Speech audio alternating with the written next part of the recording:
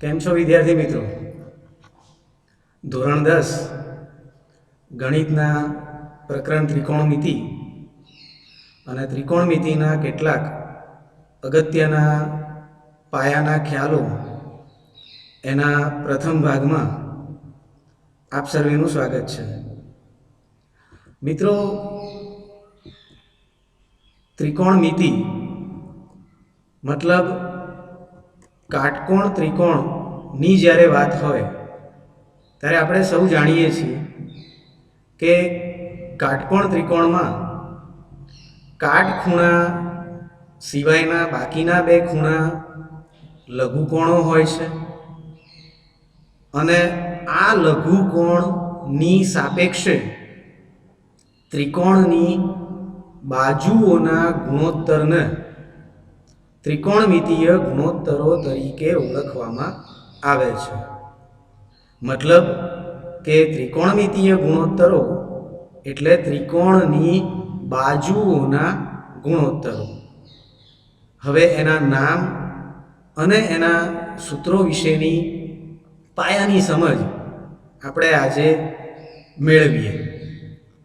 તો ધારો કે મિત્રો, આપણી પાસે એક ત્રિકોણ એબીસી કાટકોણ ત્રિકોણ છે અને આ ત્રિકોણનો ખૂણો બી કાટખૂણો છે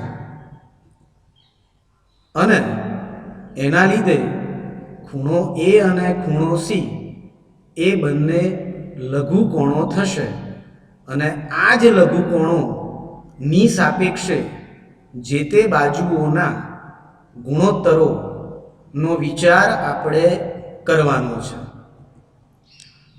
એસી કર્ણ થશે કારણ કે કાટખૂણાની સામેની બાજુ એ કર્ણ તરીકે ઓળખાય છે અને ખૂણો બી કાટખૂણો છે, તેથી ખૂણા બીની સામેની બાજુ એસી એ કર્ણ થશે.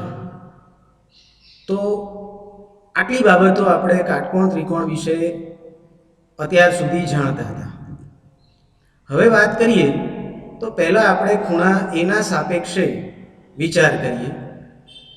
તો બીસી બાજુ જોઈશું તો ખૂણા એની સામેની બાજુએ આવેલી છે એટલે કે બીસીને આપણે ખૂણા એની સામેની બાજુ કહીશું. અને એબીનો વિચાર કરો તો બાજુ એબી એ ખૂણા એની સાપેક્ષે એની પાસેની બાજુ થશે. તો ખૂણા એના સંદર્ભમાં આપણને ત્રણ બાજુઓ મળી: ખૂણા એની સામેની બાજુ, ખૂણા એની પાસેની બાજુ અને એસી તો કાટકોણ ત્રિકોણનો કણ છે જ. તો આ ત્રણ બાજુઓના ગુણોત્તરો વિશે આપણે વાત કરીશું, જે ગુણોત્તરોને ત્રિકોણમિતિય ગુણોત્તરો તરીકે ઓળખવામાં આવે છે. તો ત્રણ બાજુઓના ગુણોત્તરો આપણને કુલ 6 મળશે અને આ પ્રકારે મળશે કે ખૂણા એના સંદર્ભમાં સામેની બાજુ ભાગ્યા કણ, પાસેની બાજુ ભાગ્યા કણ, સામેની બાજુ ભાગ્યા પાસેની બાજુ,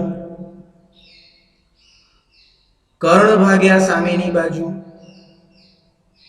કર્ણ ભાગ્યા પાસેની બાજુ અને પાસેની બાજુ ભાગ્યા સામેની બાજુ. કુલ 3 બાજુઓ છે એટલે આપણને પરસ્પર 6 ગુણોત્તરો એ બાજુઓના મળી શકે. અને મિત્રો, આ 6 ગુણોત્તરોને આપણે ત્રિકોણમિતિય ગુણોત્તરો તરીકે ઓળખીશું. પહેલો ગુણોત્તર કે જે સામેની બાજુ ભાગ્યા કર્ણ છે એને સાઇન ગુણોત્તર કહેવાય છે. પાસેની બાજુ ભાગ્યા કર્ણ એને કોસાઇન ગુણોત્તર કહેવાય છે. સામેની બાજુ ભાગ્યા પાસેની બાજુ એને ટેન્જન્ટ ગુણોત્તર કહેવાય છે. પછી આપણે એને ટેન કહીશું. એ જ રીતે કર્ણ ભાગ્યા સામેની બાજુ મતલબ કે સાઇન ગુણોત્તરનો વ્યસ્ત અને સાઇન ગુણોત્તરના વ્યસ્તને આપણે કોસેકેન્ડ, જેને આપણે કોસેક ગુણોત્તર તરીકે ઓળખીશું. એ જ રીતે કર્ણ ભાગ્યા પાસેની બાજુ, જે કોસાઇનનો વ્યસ્ત છે. કોસાઇનને આપણે કોસ કહીશું, તો કોસનો વ્યસ્ત એ સેક થશે.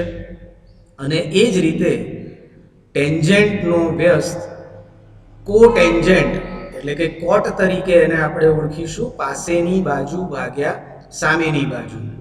મતલબ કે આ 6 ગુણોત્તરો સાઇન, કોસ, ટેન, કોસેક, સેક અને કોટ એને ત્રિકોણમિતીય ગુણોત્તરો તરીકે ઓળખવામાં આવે છે. હવે આપણે વારાફરતી બંને લઘુકોણો એ અને સી માટે આ ગુણોત્તરોના સૂત્રોને દર્શાવીએ. તો સૌથી પહેલા ખૂણા એની સાપેક્ષે ગુણોત્તરોની વાત કરીએ તો સાઇન ગુણોત્તર સામેની બાજુ ભાગ્યા કર્ણ થશે, અને એની સામેની બાજુ એટલે બીસી અને ભાગ્યા કર્ણ એટલે એસી, જેને આપણે સાઇન એ તરીકે ઓળખીશું. તો સાઇન એ બરાબર આપણને મળશે એની સામેની બાજુ ભાગ્યા કર્ણ એટલે કે બીસી ભાગ્યા એસી.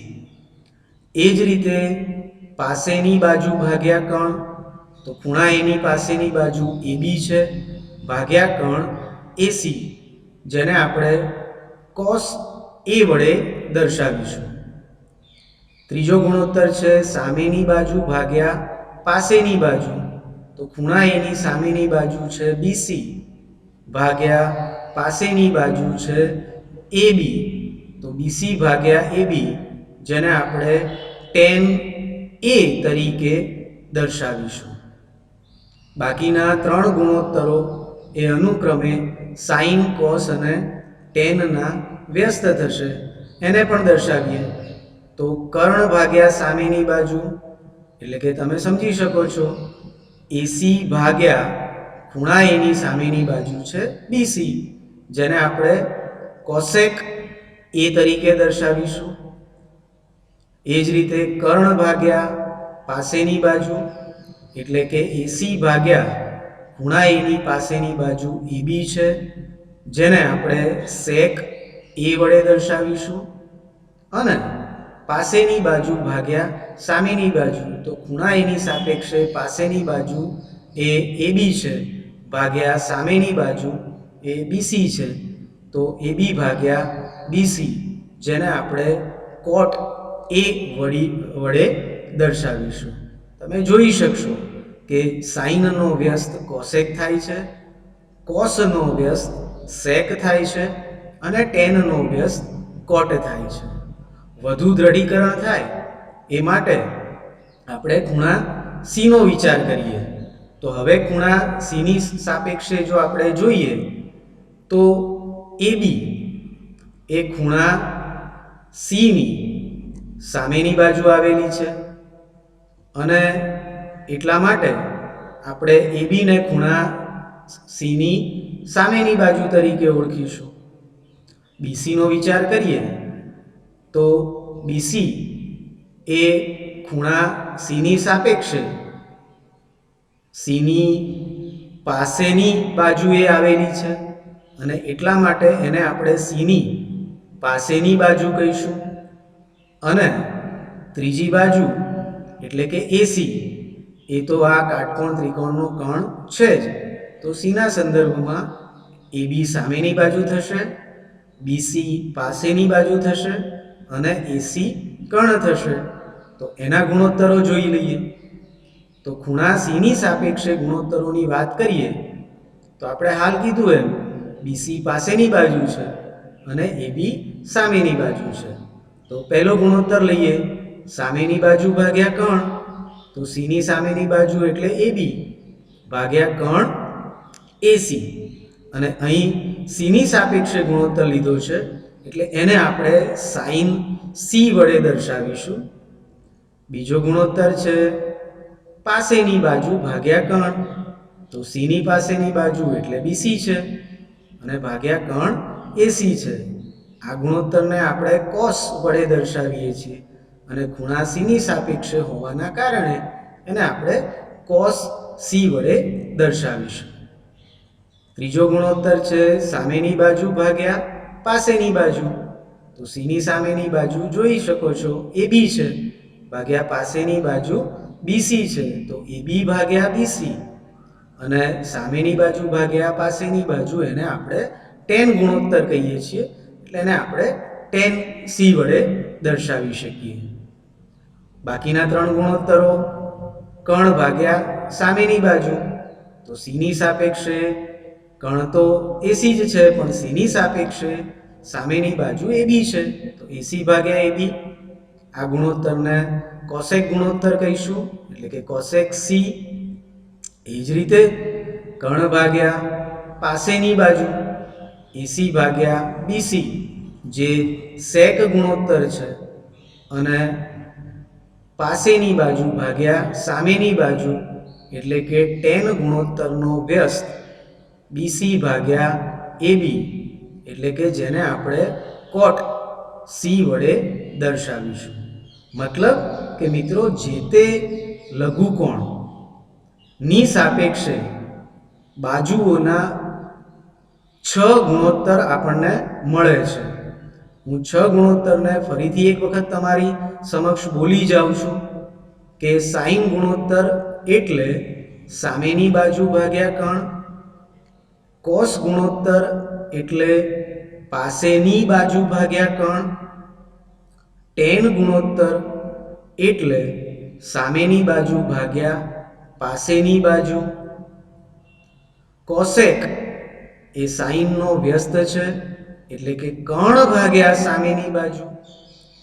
સેક એ કોસનો વ્યસ્ત છે એટલે કે કણ ભાગ્યા પાસેની બાજુ અને કોટ એ ટેનનો વ્યસ્ત છે એટલે કે પાસેની બાજુ ભાગ્યા સામેની બાજુ.